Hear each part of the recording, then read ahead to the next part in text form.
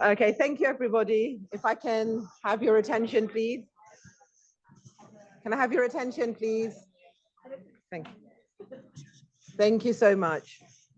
Now we're about to start plenary session 2, and this is about showcasing leadership skills in law, journalism, academia, and activism. So how do you use leadership skills to advance girls' human rights in those arenas? And I'm going to hand over to 2 of our young experts who will moderate this panel. And we've got Joe Munch on the inside, and we've got Sabia Ahmed. Now, what are young experts? Girls' Human Rights Hub last year recruited 30 young people from the ages of 18 to 24 to act as our young experts. So this involves, we have an ongoing sort of mentoring, coaching program with them, and they also engage in our work and guide us in terms of the work that we do. And so here are 2 experts here, and they will introduce the panel members who are sat here. And we have, it's a star-studded cast. So I will hand over to our experts and they will take over. Thank you.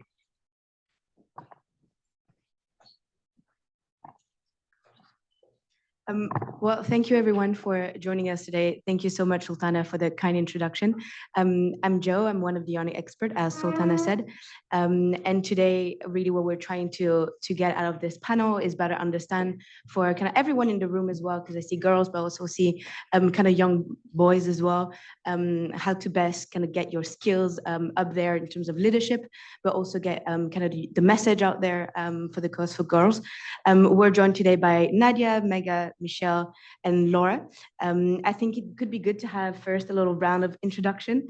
If each one of you could kind of in a few sentences, I know it's very hard to kind of just get all your careers in just a few sentences, but if you could try your best to kind of tell us what you're doing now, and you know, what got you there in the first place, what was your inspiration within this kind of leadership journey and in all the sectors that you've been working in as well, that would be great. Thank you. Should I start? I'll start. Okay. Hi, everyone. My name's Mega Mohan, and I am the BBC's first gender and identity correspondent. I'm still the current gender and identities correspondent, so we'll only know if it's a success if there's someone after me. So if they get rid of the job after, you know, in the next couple of years, you'll know it's because I messed up. So I have been a journalist since 2011. After university, so it's my only journalism job that I've had. After university, I went to work for an NGO, and I lived in Rwanda and Congo and South Sudan, and did some work with rebuilding communities in that have been through conflict. And that should mean that I'm very diplomatic now, and that's probably not the case now. But so I got this job. So I joined the BBC after going through the journalism trainee scheme, which is open every year. So if anyone's interested in that and you get an interview, drop me a DM and I'll be happy to chat you through that.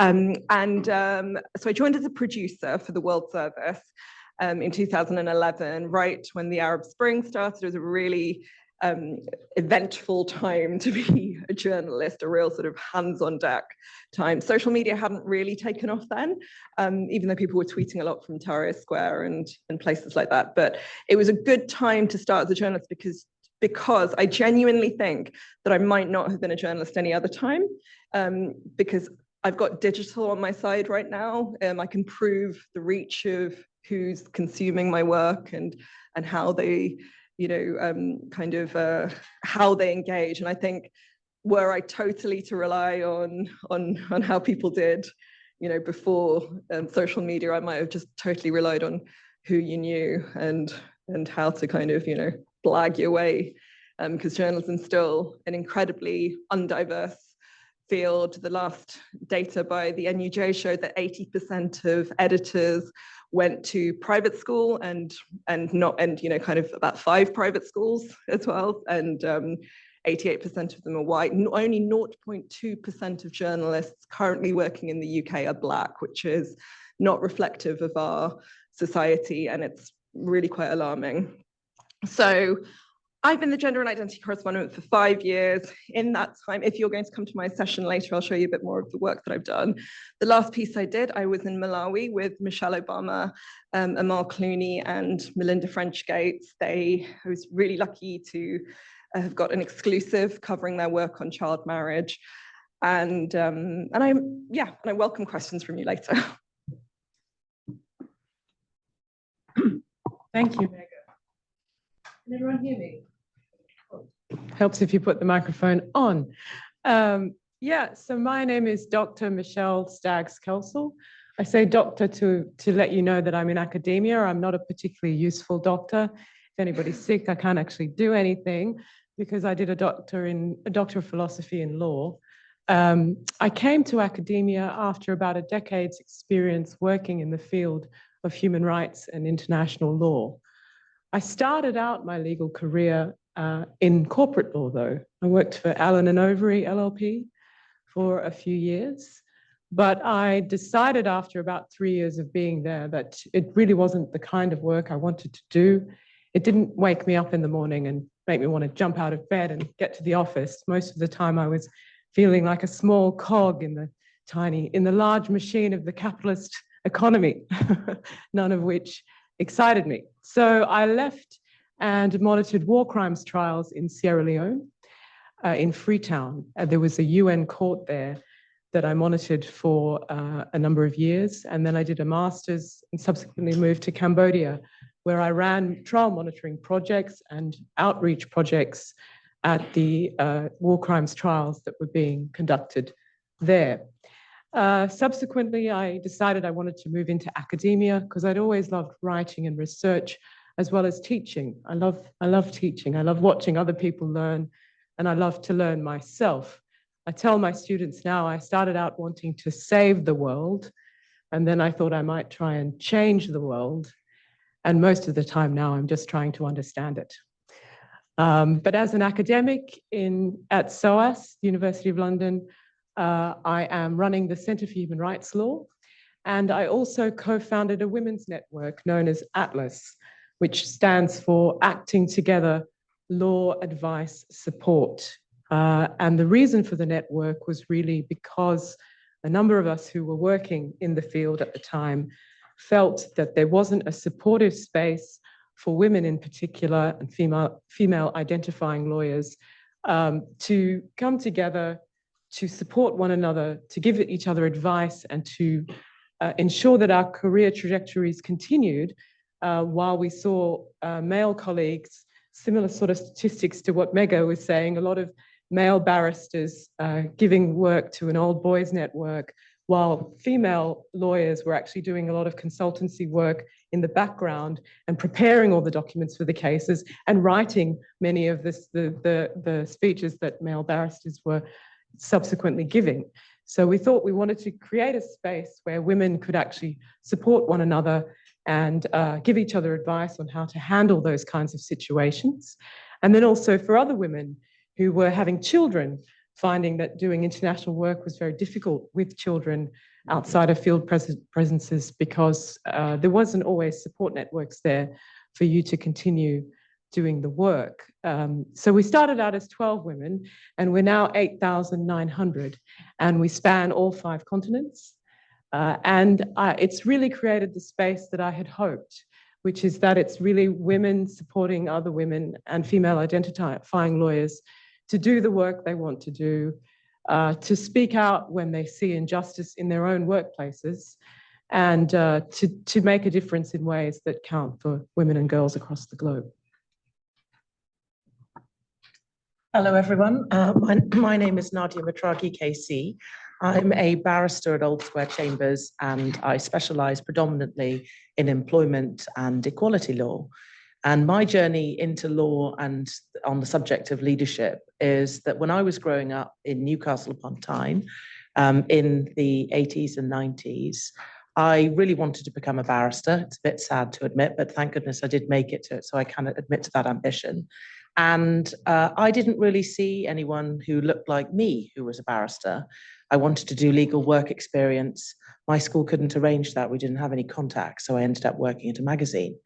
And although it was a great school, there wasn't a huge amount of guidance about helping me into the field that I wanted to go into. And so I decided that I had to become my own leader. I had to develop my own vision of what I wanted to do, which in my case, I wanted to go to Oxford University and study law and hope I would become a barrister and pursue that ambition.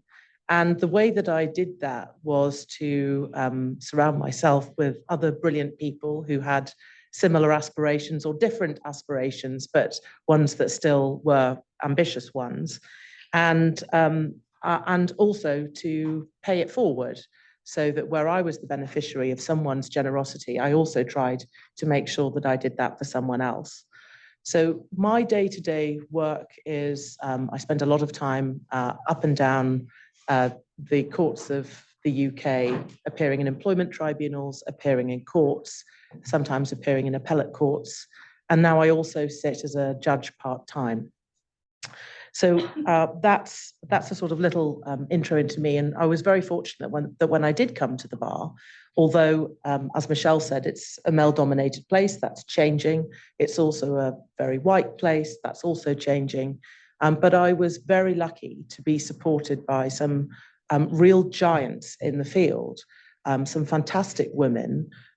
Jenny Eadie Casey, as QC as she was, she's now a High Court judge, Mrs. Justice Eadie, Mary O'Rourke QC, who's now retired, and Jane McNeil QC, who were all inspirational in their own way and very supportive of young people coming through.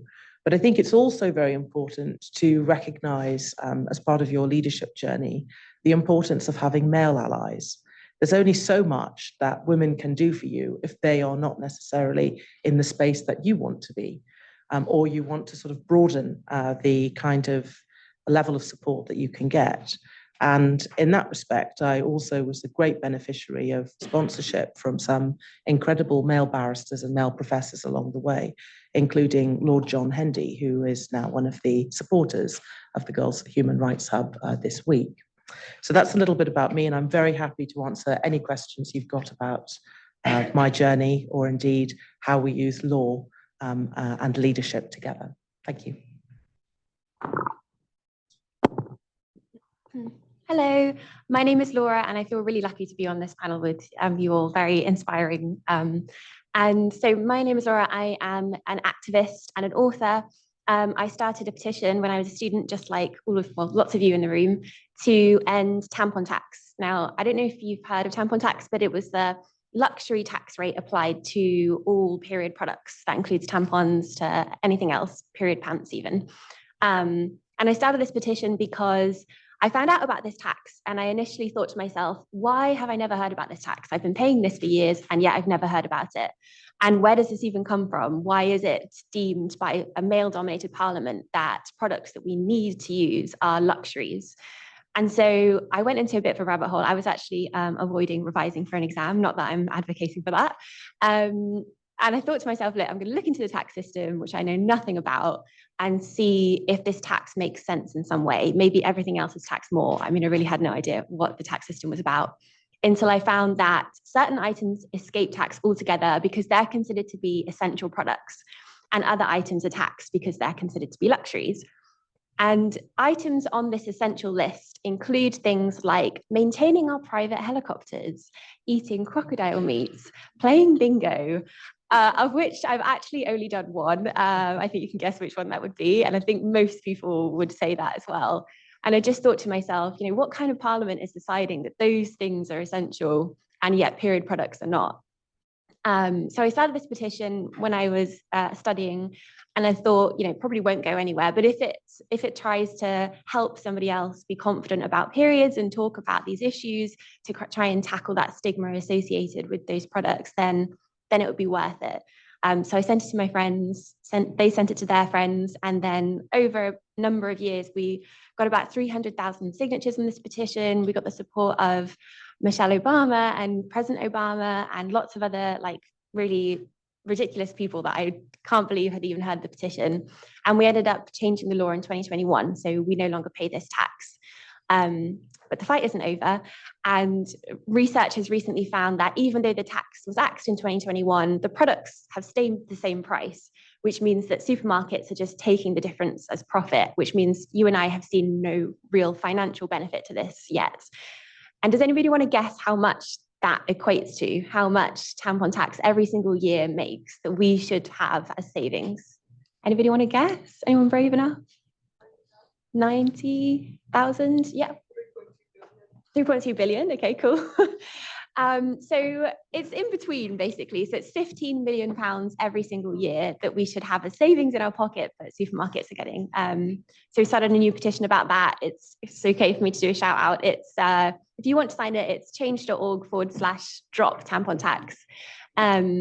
And yeah, so since then I've also started a social enterprise called Sex Ed Matters, and we do workshops in periods, but also other stigmatized sex ed topics like consent is our main topic that we talk about, but also sexuality and friendships too. So yeah, that's me. So thank you very much. I'm looking forward to hearing the questions. Thank you so much for your introductions, guys. Oh, that's close. I thought I'd quickly introduce myself as well before I start asking my questions. My name is Nadia and I'm one of the co-moderators. I'm in my final year of law at the University of Oxford, and I am obviously one of the young experts. I have quite an interest in access to education because of my position in Oxford. I found that there wasn't a lot of people from no socioeconomic background, so that's kind of my journey here today. That leads me to Michelle and Nadia. I wanted to ask you guys, in terms of academia, you've both been quite modest, but you have had a really impressive record. You most likely took up leadership positions in these pretty prestigious institutions. And I was wondering, what were some significant difficulties you had and how did you overcome them?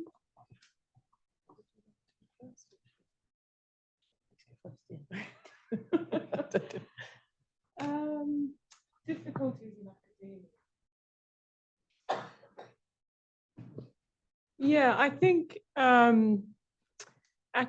leadership positions in academia have traditionally been held by assuming certain ways of speaking command authority.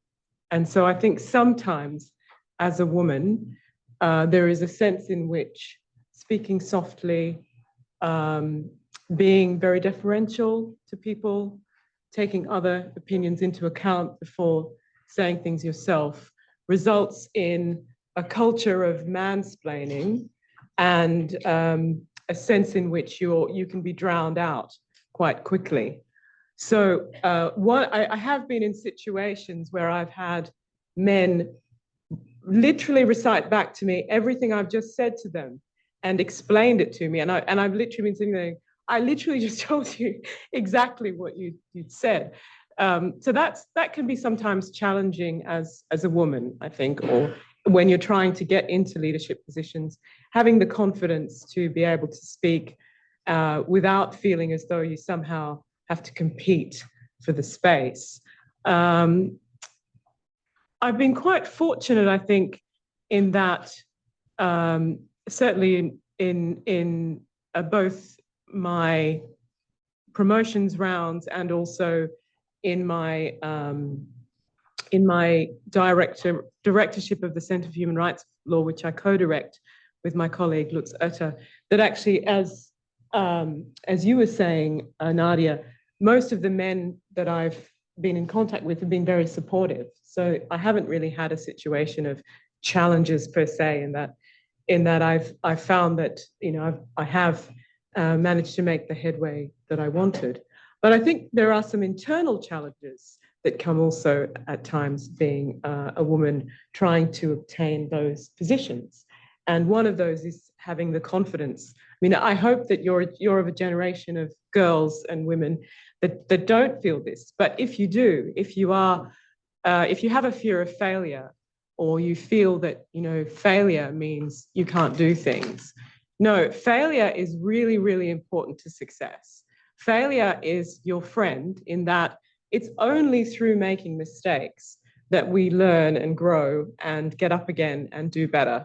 So I have had some, in my view, epic fails. I've had moments where I've had to speak in public places where I've been thrown questions I didn't know the answer to. I've had situations where I've been told that an article I was writing, got 7 pages of feedback saying all the reasons why it needed to be written differently. So having to stand my ground in those scenarios and say, no, actually, I do have a point. I am here to say something important, and I'm going to keep saying it, even if, you know, there are people that disagree with me. So I think not being afraid to fail is something that I've had to overcome in my own head, because I can be quite critical of myself and, you know, hold myself to quite a high standard.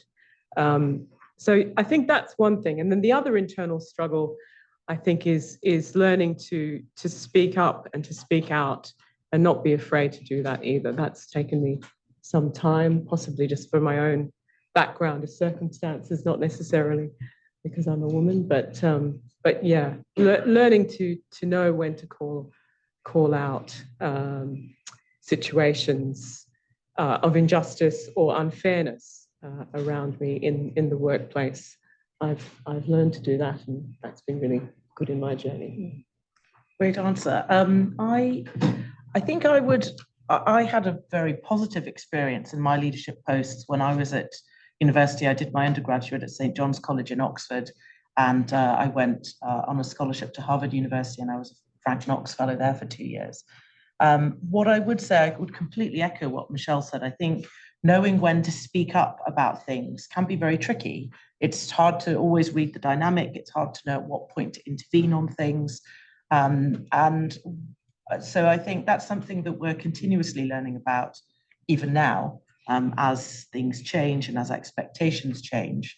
I think the other thing I would say is that, as Michelle said, failure is very important to success. You absolutely could not do my job and Sultana's job unless you can get comfortable with failure, because you cannot possibly win every case that you conduct. And one of the possibly useful pieces of advice that I'll give today is that if anybody is ever going for an interview to be a barrister or solicitor, or to be a candidate for a sort of high-pressure job, probably one of the questions you're going to get at some stage is, tell us about a time you failed at something, when you didn't succeed, and what did you do about it? Because that resilience is really, really important. You need to know how to get up and how to recover when you've fallen flat, because it happens to everybody. And I think the other thing is, put yourself forward. If you want to be a leader in something, if you want to hold a position of responsibility, then you have to be in it to win it. And sometimes you might do something thinking, this is my practice round. Maybe this year, even though I don't feel 100% ready to apply for a pupillage to become a barrister or what have you, maybe I will just give it a go and see how far I get. And so that is a really, really important thing to do. I became a King's Counsel in 2023, and I did it on my practice round. I thought, okay, I don't have to put all my eggs in this basket, but I will give it a go and I'll see what we can do here. So I think putting yourself forward and recovering from failure are two important. So just to say, if you pull your microphone closer, otherwise it won't record. Oh, right, sorry. That was a top secret tip then, as it turned out. Okay.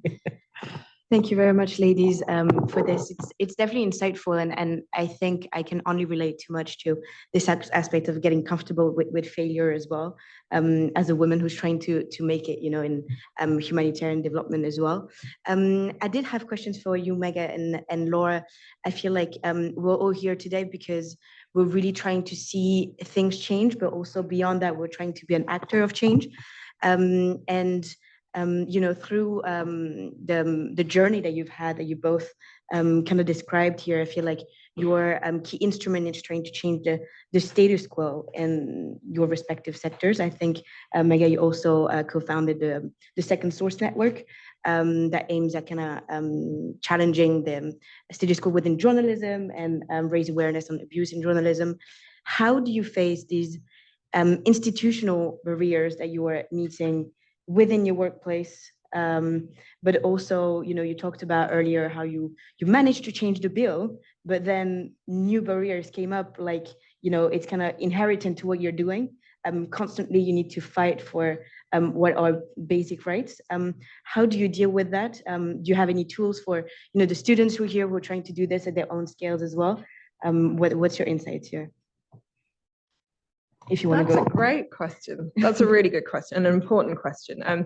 Laura, do you want to? If I could kind of tell a small story, because something happened a couple of weeks ago which really made me think a lot about how I act as well. So I'm writing a book at the moment. So I expect you all to buy it for yourself and 1,000 of your best friends when it comes out in 2026. It's about, so the book is about communities that women have built around the world without men. It's current, the working title is No Man's Land, but I think we're going to change that soon. But it's basically, matrilineal communities around the world, spaces without men, and how leadership works. So last week, I went to a place in France called Maison de Baba Yagas. And it means the house of the Baba Yaga. The Baba Yaga, if you haven't heard, is an old Slavic mythological character. It roughly translates to grandmother witch. And she's been spoken about in stories for hundreds and hundreds and hundreds of years. And then she came into print around 1700s. And all the stories that have been published by men, she's this witch who eats children and then plants their bones around, her house, just for fun. But in other stories later on, she helps the heroine, she helps the younger woman by giving her tools in which to move the plot point forward. She doesn't live on her own either. She lives with other Baba Yagas, and they work together, and they have the help of the whole community when they work together. So the house helps them, the cat helps them, the birch tree helps them, the gate helps them. And actually, the Baba Yaga is way more useful to the plot than like the hero. Like he lives in his, castle somewhere, and literally his own motivation is only to get the princess. So this is a very divergent way of telling this answer. But my technique is, especially your generation, like kind of with social media, you're always going to feel that people are doing better than you. You're going to always be, especially when you come to conferences like this about leadership, you're going to think, God, I better be a correspondent next year, otherwise I'll feel like that I failed. Or, if I become a journalist, I better be on air. And the fact is, I wasn't on air for 7 years. I had to literally write briefs for all the correspondents who never name checked me, who, it was like, who all yelled at me, and like I didn't get any credit. And I was kind of lucky in that, because I wasn't constantly comparing myself on social media, I didn't feel that people were overtaking me, or that that I wasn't doing as well. And really, so I formed in those 7 years where I was working and trying to kind of get to the stage where I was ready to be a reporter, I was forming my Baba Yaga community, which ended up being second source. Like people that and it wasn't transactional. I wasn't having conversations so someone could help me later. I was genuinely just interested in what they were doing, and they were interested in what I was doing. And we were forming alliances that weren't, we weren't competing with each other, and we formed this really great network of women and non-binary people and men who, when it came to the stage where the job for the gender and identity correspondent came up, I was like, I definitely can't apply for this. I've never even been on air. And then someone was like, well, I think you can, because, there are some really awful people on air. So why can't you do it?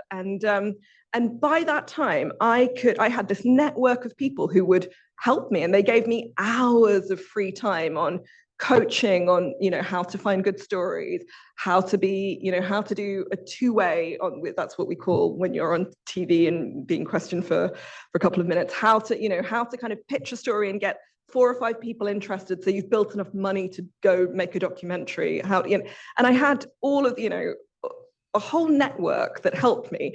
And it didn't matter that maybe somewhere along the line, someone saw me as the Baba Yaga witch that was like demanding too much, because I imagine there's probably a few people that do, but genuinely, I don't care, because I know what my community thinks of me, and I know what I think of my community, and that's the sort of motivation. Amazing. I would echo everything that's been said about failure and everything really in response to this question. But the only thing I can really think to add is, this sounds very corny, but be yourself whilst you're doing the thing you want to do. So, if you want to be a barrister, don't try and be a barrister, be yourself and find your own way to define that role. And myself as an activist, for example. Like, I don't try and be your typical activist. I just kind of be myself and say what I'm really passionate about. And I do the parts of activism that I feel are most impactful and that I enjoy and that I'm really passionate about. And I just don't worry about the other stuff that people might think is important, but it's not really important to me necessarily. So I think it's a journey to try and find your way in being the thing you want to be, but also being yourself at the same time. That's quite tricky, but the more that you're comfortable not being the perfect activist or the perfect person that you think you want to be, and you become more comfortable with just being yourself and confident in what you have to say and your experiences, then you'll become more able to be more resilient and to embrace those failures. And I just think, yeah, failing is such an important part of it as well. Try and break things, like try and be weird and try and like say the thing that no one else is saying. And then you'll find yourself breaking through to the place you're always supposed to be. I don't mean to brag, but I have been failing for a really long time. I wanted to go to SOAS actually, and I didn't get in, and I went to a different university, and then I ended up like absolutely loving that university and thinking to myself, like, I can't imagine myself at any other university. And so, yeah, it's a lot of things like that kind of help you realize who you are and give you that confidence that you need. If I could just say one last thing really, really quickly is about imposter syndrome as well, which I know people talk about a lot, but I didn't quite realize how much it impacts girls more than boys sometimes. My boyfriend, for example, he said he came home from jiu-jitsu the other day, and he's been doing jiu-jitsu for about a year, and he finally got his first like stripe on his white belt. And he said, you know, I felt this really weird thing, and I realized for the first time in my life, he'd felt imposter syndrome, and he is 34. And I was like, wow, that's quite interesting, because I kind of felt like everyone experiences imposter syndrome like all the time, but they kind of don't. And kind of hearing that made me think, oh, it's actually okay to not feel that, and to just be like, you know what, it's fine if I'm not this perfect activist person. I'm just myself, and that's fine. So I think, yeah, taking that pressure off yourself is also helpful. Thank you so much for that. I think there's been a lot of mention on the panel on men, and hopefully I'm not diverting too much. But I think there's a really interesting quote. I can't remember it word for word, so please don't quote me, but it's something about behind every successful man, there is a supportive woman. And I remember when I was younger, my dad said to me, behind every successful woman, there is a supportive man. And my father, I know Farheen said earlier that her mother was the one that supported her a lot growing up. But for me, it was actually my dad. My dad always taught me the importance of education, and it's why I am here today. I've also seen in the crowd, we have a lot of men. So I was wondering if I could pose this question to the entire panel. As you guys have mentioned, there's been a lot of supportive men in your life. How did they specifically support you? And if you have any advice for the boys in the panel and the girls that they can take home to the men in their life, how can men support women in being better leaders?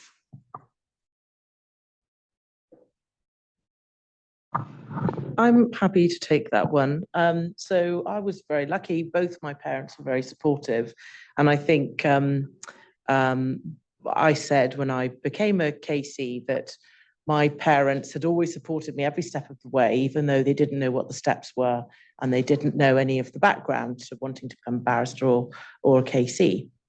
And I think the key thing that my dad gave me, apart from pretty good knowledge of algebra, which was sort of his thing he loves more than pretty much anything, is that I had this ability to do anything, and that so did his other children, and so did anybody. He believes passionately that everybody can do maths, and that in this country, he's from Iran, that in this country we're sort of fed this lie that only some people are good at maths. He thinks everybody is good at maths, and if only he could reach out to them.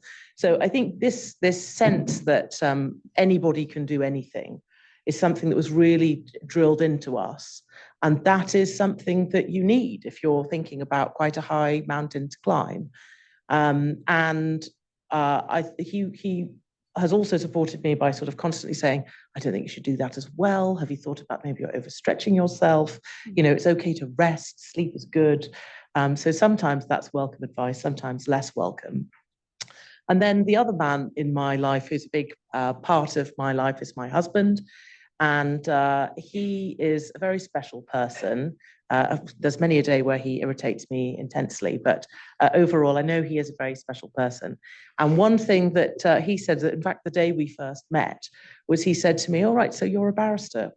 When do you think you'll become a judge? And I thought in that moment, wow, no man that I've ever met on day one has asked me about becoming a judge. And this is a person who actually, for him, being a barrister is not sort of the end point necessarily, or something to sort of be wowed by. He thinks that I would have other career aspirations. And I quickly found out that he was a very good person to know and like, and one day we got married. So I think it's very important that you find somebody who is supportive of you in anything that it is that you want to do. Because particularly if you want to have a job like any of the ones that we've got, these are not jobs that are nicely compartmentalized and you start at 9 and you finish at 5 and you get all your weekends nicely, and on holidays you never have to do anything. They're messy and they can be difficult. And so you need somebody who is prepared to say, do you know what? I know you've got this tough thing today. I will pick up the children, or I will cook the dinner, or I will do all of these other things. And just to not because they're sort of point scoring and keeping a tally, but just because that's the kind of person that they are. So I think very important to surround yourselves with great people, men and women, in all parts of your lives, insofar as you can do so.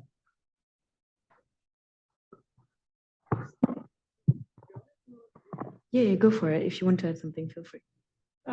Yeah, just to reiterate really everything Nadia said, I hope that we haven't at all come across as man haters. I don't think anyone on this panel is a man hater. We all love men as much as we love women. It's more just, finding what can they do to support. I think in my own life, similar trajectory in terms of having a supportive dad who was always helping me to articulate my ideas, pushing me to say to debate ideas with him from a very young age.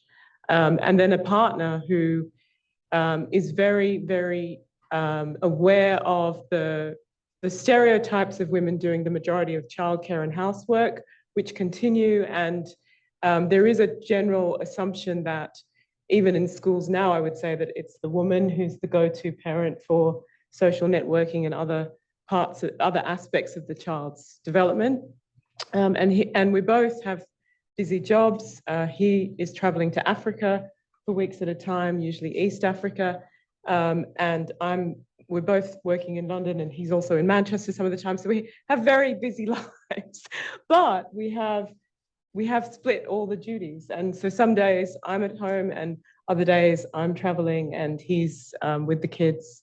And that's how the childcare has been shared between us. So I think for me, that was the big shift. Once I had kids, it was like, okay, now I realize how important it is that we ensure that all these systems are in place. And I couldn't have done that without having a supportive male partner, my husband, in my life. So just to reiterate, really. Thank you very much for that. Maybe I have one more question before we open it to the floor, but this one feels a bit personal because as a so-called activist or aspiring activist, it does feel like sometimes what I'm trying to achieve is just ridiculously small compared to what it is that I actually want to see, the change that I want to see. Sometimes it gets really depressing as well, and it takes a big toll on me, on my mental health. I feel like, whatever I do is not enough. And it seemed that kind of through what you all have been saying, that, you always face kind of these challenges, these barriers. So I wanted to ask you, what is it that you do to stay resilient? What are the tools that you have to keep on getting yourself out there and keep on, kind of try to have this impact that you do, whatever the scale that is. So maybe, for the audience, try to understand a bit more the kind of the tools that you're using, or what is it that you tell yourself every day, keep going, keep doing this. Sounds great. That's a really great question. And I'm really glad you said that as well, because I feel that all the time. And I know that a lot of other people do. And sometimes it can feel like we're the only people that feel that way, but actually it's like so many people. So I kind of, specific to activism, I like to think of activism as if you're like a tree surgeon, which sounds a bit weird, but I quite like to think of like sexism or whatever big problem that you're like focusing on tackling as if it's like a giant oak tree. And, you know, the roots of it really go deep into the foundation of society. And each branch of this tree reflects a very specific symptom of the problem. And each branch coming off of that branch is more and more specific. So the tampon tax campaign was a very small branch. But if everybody tackled one branch of that tree, then that tree would no longer exist, and we would, you know, be able to tackle it. There's always something bigger or like more that you can be doing, but really that is just a distraction. And it's I've kind of had that said to me quite a few times, like, oh, why do you care about the tampon tax campaign? Why do you care about XYZ thing? And I just think, you know, we've got to start somewhere. We've got to tackle what we can realistically tackle. And, you know, a petition to end sexism is never going to win, because that's obviously so huge. But a petition to end a very specific symptom of sexism can win. So yeah, don't let that get you down at all. And like really feel comfortable focusing on something very niche, because that's going to win. And then you can carry on and go to the next thing and the next thing and the next thing. And you will eventually get to a place where you feel a bit more satisfied, but I'm not going to lie, it never goes away. But I also think it's good because you can use that as motivation. And the more other activists in your sphere that you work with, the more you'll feel like that change is happening, even if it's slow, and that there's a community around you that are also hoping for the same goal. So yeah, that'd be mine. Yeah, I'm just going to add really quickly. Yeah, just to pick up from what Laura said, just kind of community is a big thing for me. I feel like we've had a decade of the girl boss kind of, you know, to try and overcompensate stuff. And that, I think, has put false pressure on a lot of people, which is, I've got to thrive and I've got to, and then it, like you said, it creates this kind of false competition with men, when really, in reality, you're going to be all working with each other. Everyone's on the same side, really. They're not really bad. There are actually fewer bad people than you think, than Twitter would let you think, or, you know, dumb podcasts where, you know, people just rant for hours and they don't even mean what they say. I've met most of those people and they don't even mean what they say. So it's find your community and don't feel bad about having bad days. Like we all do, like kind of. And one of the best pieces of advice I ever got was when I was working in radio, and one of my editors said to me, "You're never wrong for long. Like there's going to be someone else is going to be wronger tomorrow, and they'll have a bigger, you know, they'll make a bigger mistake, and everyone will be talking about them, and then you will find your compassion to them and say, don't worry about it. No, you know, the big mistake that you just made today, no one's going to be talking about it next week." And just I actually don't like the term self-care, because I think that we're all interconnected, and if we're all hurt, then we're all going to be like, you're not going to feel good when you're watching a war, you know, on your social media, and you're not going to feel, these are kind of things that are going to affect all of us. So find the people, you know, accept what it is that you feel that are the worst things about yourself. Are you an overthinker? Well, that's okay. Like find your 5 friends that don't mind listening to you while you spew your insecurity at them, and then, you know, reciprocate backwards. And don't worry, you know, you're not going to be wrong for long.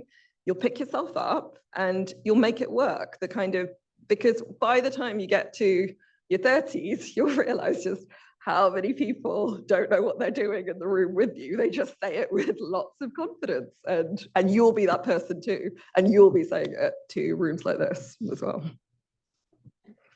Can I just add a couple of small points? So one is that I would say on any given day, I get about 20% done of what I'd set myself at the beginning of the day.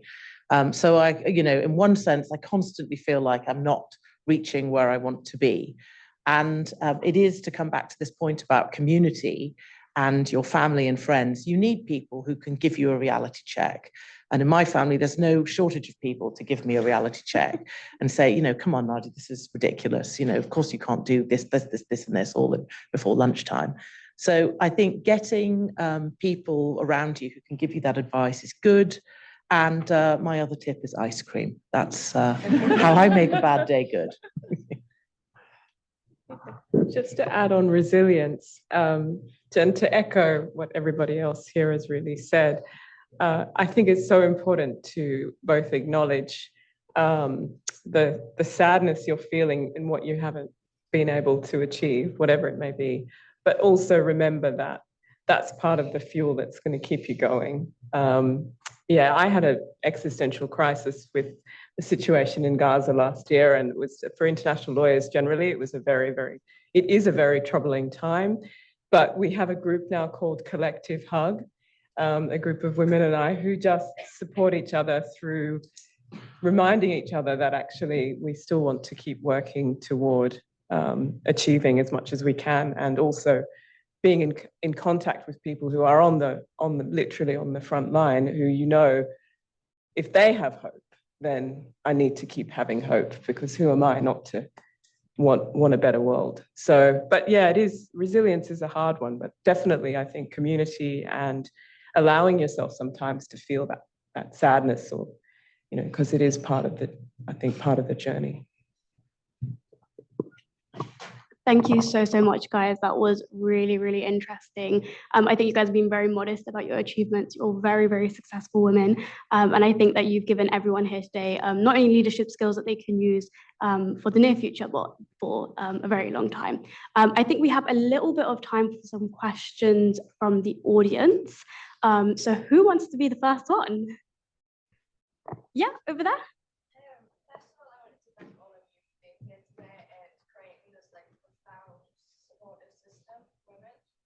My question was generally to the panel. Some of you have mentioned having kids. I think as women, we find that like society has set molds for us.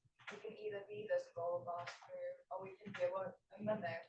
And have you found that like finding support at your job, is it hard to be a mother and a worker?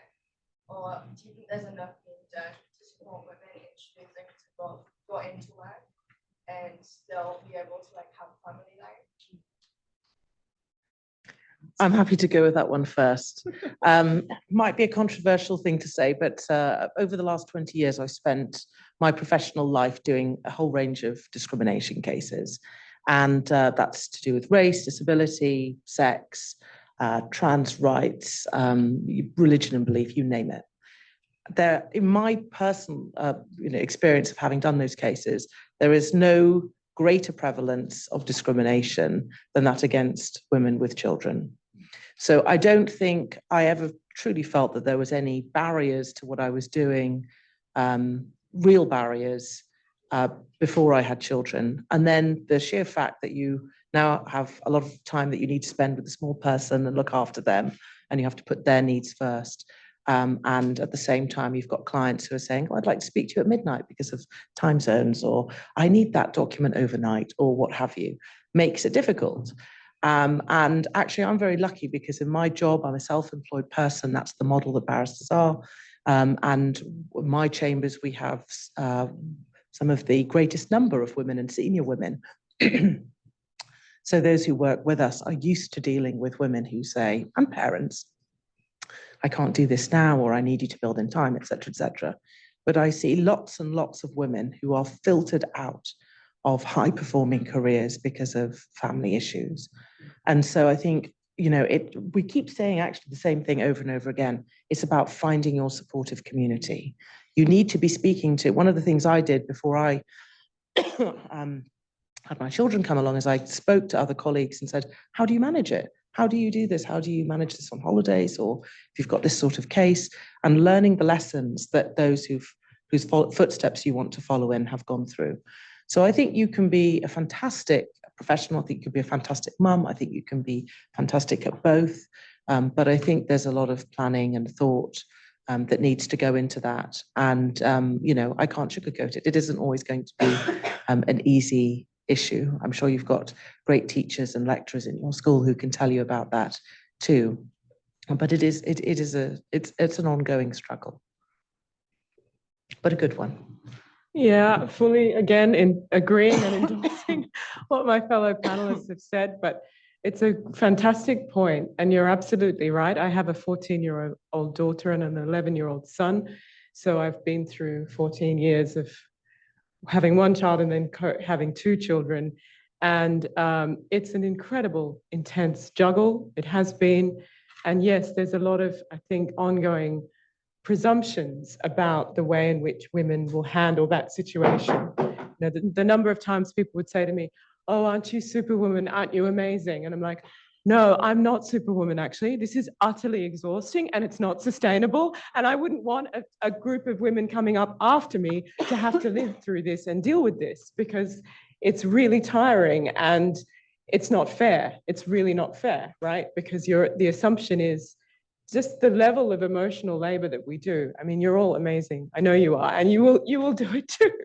But we should be trying to redress that balance. And I think exactly as Nadia said, I've had a few female role models. One in particular, she's a professor of gender and international law. She has 3 children, 3 sons. She's made an incredible career and she's wonderfully supportive. I even asked her for fashion advice this morning. She's she's just my go-to, but has been that person who's kept me thinking I can do this, you know, says to me, oh, sorry, I've got to drop everything and go and meet Joe. He needs me right now. You know, she's not afraid to let her work go, to be there for her family. And I'm like, yeah, of course you do. And I should be doing that too. And I shouldn't have to apologize for it, right? Because that's what we do as families. That's what we have communities that we need to look after. So, I mean, of course, an economist might tell you that we need to include voluntary originally women's labor in the GDP. I think that's a recipe for disaster and do not want us to go down that route.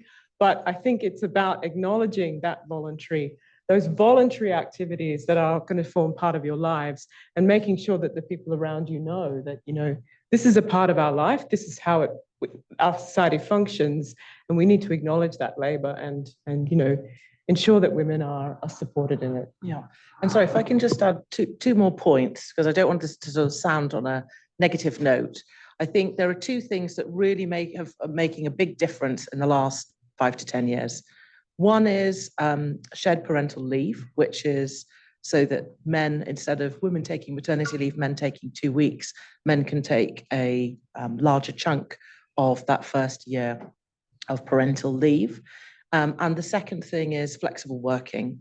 And that can be informal or formal. So formal is where you make an application, your employer has to agree to it, you make contractual changes, but also there's just a much greater acceptance of flexible working since the pandemic. So yes, it does advantage people who have office-based careers. You know, you're not going to find somebody who's fixing a road who's able to work from home.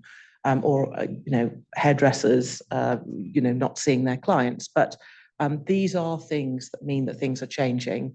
And I think now, as well as having women's groups, very often there are groups in law firms or other professional organizations where it might be a parents group, it might be a men's group. And the more that people think about the individual needs that they have or people like them, the better I think the workplace becomes for everyone. Thank you. I think we have time for one more question. Let's go all the way at the back down there.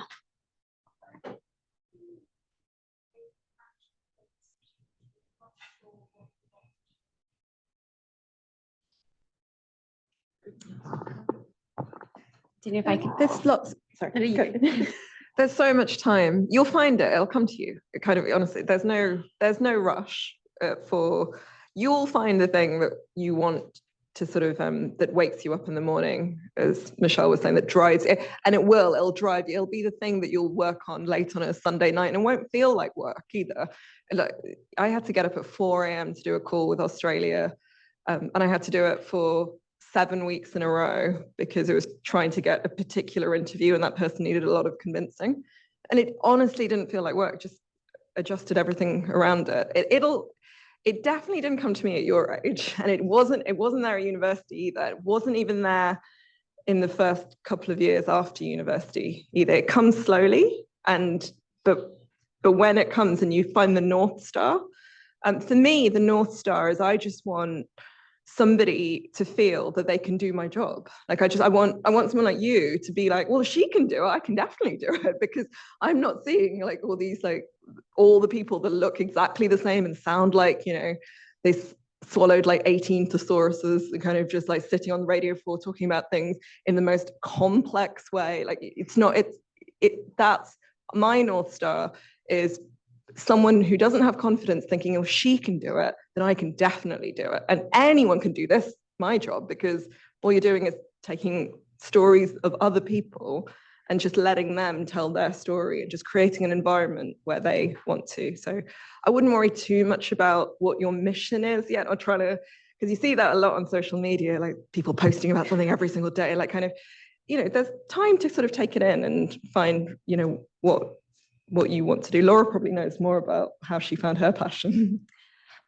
Yeah, it kind of was accidental, to be honest, but if you did want to be intentional about it, you can always kind of create that tree anatomy. So basically we run some like campaigning workshops in schools, and what we tend to do is like ask kids to literally draw this tree of the thing that they want to tackle, this like massive problem they want to tackle, and then to like write in the branches all of the little symptoms coming off of that wider problem, and then to focus on a branch and kind of draft a campaign around tackling that branch. And then hopefully that will give you the confidence that you really can then go out and tackle other branches. And so, yeah, that might be a helpful way to kind of see visually what you can change. And then you can like make a decision about what you want to focus on first. But you're right, it is kind of like, you know, you have your own journey, and it won't necessarily hit you one day, and you won't necessarily know that it's hit you even when it does until like years after. So don't worry too much about it. But yeah, if you did want to explore that route, I would recommend it. Could I just add one really quick point, which is, I just wrote it down while I was talking, because it was a piece of advice that someone gave me, which I thought, which I started thinking about now, which is, when you're at your stage, try and think about having 4 people in your life. And those 4 people are, one, have a mentor that you can talk to, you know, kind of, that you can kind of bounce ideas for.